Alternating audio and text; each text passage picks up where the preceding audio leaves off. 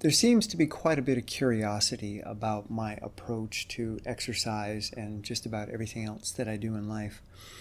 And I've been thinking about how I might define it or describe it. You'll hear me talk about gentle steps. You'll hear me talk about stepping outside of identity, at least in the way that I frame things and the types of goals that I set. Process goals versus result goals. But I think I found a metaphor that's a much more accurate description of what I'm up to.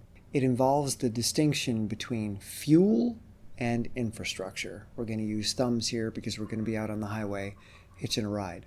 Over on the fuel side of the equation, you've got what most people consider exercise. I want to go and exhaust myself. I want to burn calories. In other words, I want to use fuel. So you'll have people going until they're tired, or in the gym, they go until failure. I've exhausted the fuel in my muscles. I can't do any more work. My tank is empty.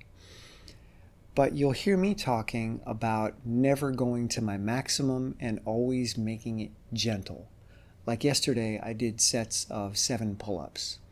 7 is really comfortable. In fact, I would call it quite easy for 20 sets.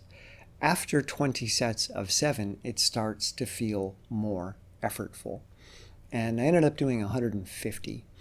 And at the very end, it started to feel like a loss of fuel, but only at the very end. And that's rare for me. I wanted to up the ante a little bit and see how many sets of 7 I could do before I felt like I was burning fuel. I'm not trying to exhaust myself, which is what almost everyone else is trying to do. So what am I up to, and how does it work? Well, the other side of the equation is what I'm going to call infrastructure. So if we go back to the road, there's 2 ways to move far in a vehicle. Number 1, you fill up your gas tank to the maximum, you find a great road that doesn't have a lot of hills, and you go at a reasonable speed. But what if the road isn't in great shape? What if the road goes up and over mountains? What if the road has lots of corners? What if it's full of potholes? What if it's a dirt road? What if you get stuck? It doesn't matter how much fuel you have in the tank if the infrastructure is lacking. So we can take our new hybrid or electric car, go out on the perfectly smooth, graded, flat highway and say, hey, look at this. I went 400 miles on a single charge. Yes, you did, but only because of the infrastructure that was already there. The roads made that 400-mile trip possible.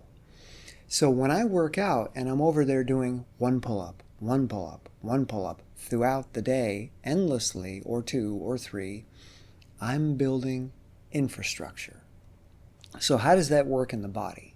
Well, just like the roads, I've got to make sure that my body and each of the components that are going to be engaging in the activity are in good shape and that they have exactly what they need and are well maintained. So just like the surface and structure of the road matters for your ability to drive far and efficiently, the structure of my body also matters. What condition are my cell membranes in? How many mitochondria are in my cells? How many fat-burning enzymes are in my mitochondria? Which genes are being expressed in those mitochondria? How many glucose receptors do I have on the cell membranes? How's my pancreas doing? How's my liver doing? Am I storing fat in my liver? Or am I storing fat only under the skin in adipose stores? How about my muscle cells? Am I starting to store fat within the muscle cell itself so that it can be immediately accessed? Yes, fat is the fuel, but where the fat gets stored is infrastructure. The number and type of enzymes expressed within the mitochondria, that's infrastructure. So how about my tendons, ligaments, fascia, and other connective tissue? Are they in good shape? Can they handle the load? Because I can go burn up a lot of fuel, but what if my tendons are not able to handle the effort? What if the bridge can't handle a bunch of full semi-trucks going over at full speed? Doesn't matter how big the engine is, doesn't matter how much gas they have in the tank. If the infrastructure can't handle the load, you're in trouble. So my training now is all about infrastructure development. So I'm building the smoothest, widest, flattest, most efficient surface that I can, so that I use as little fuel as possible when I move. So back over here in the fuel camp, it's about training yourself to utilize as much fuel as possible. VO2 max. How much oxygen can you consume and utilize? I don't train VO2 max.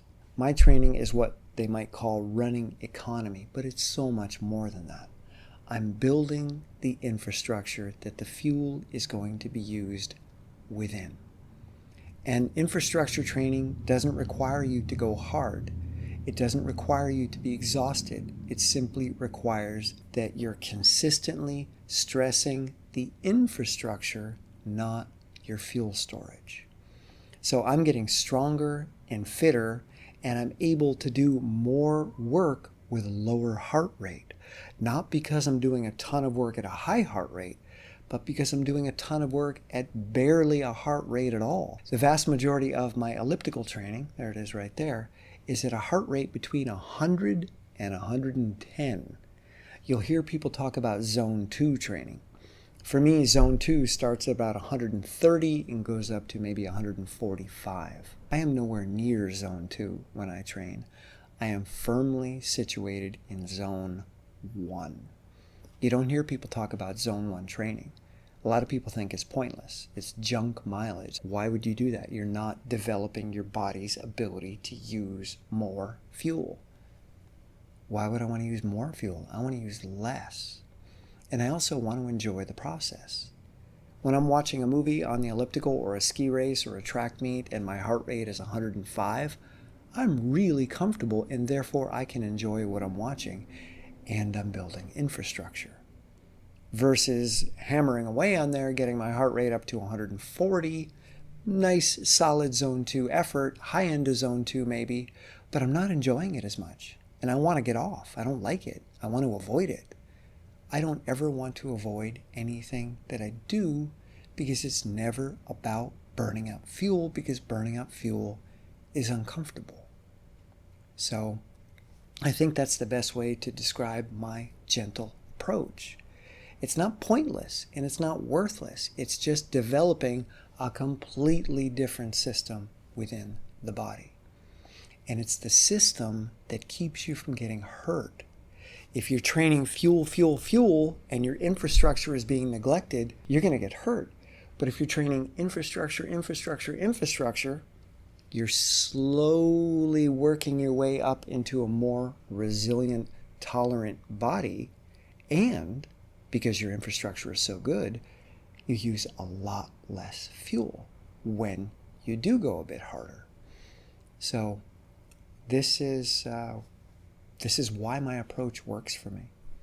People scratch their heads. They're like, you don't run, your training is at a heart rate that's basically useless, and yet you stay really fit. How do you do it? Well, I do it by letting go of the idea that I need to burn fuel. All right, I hope that makes sense.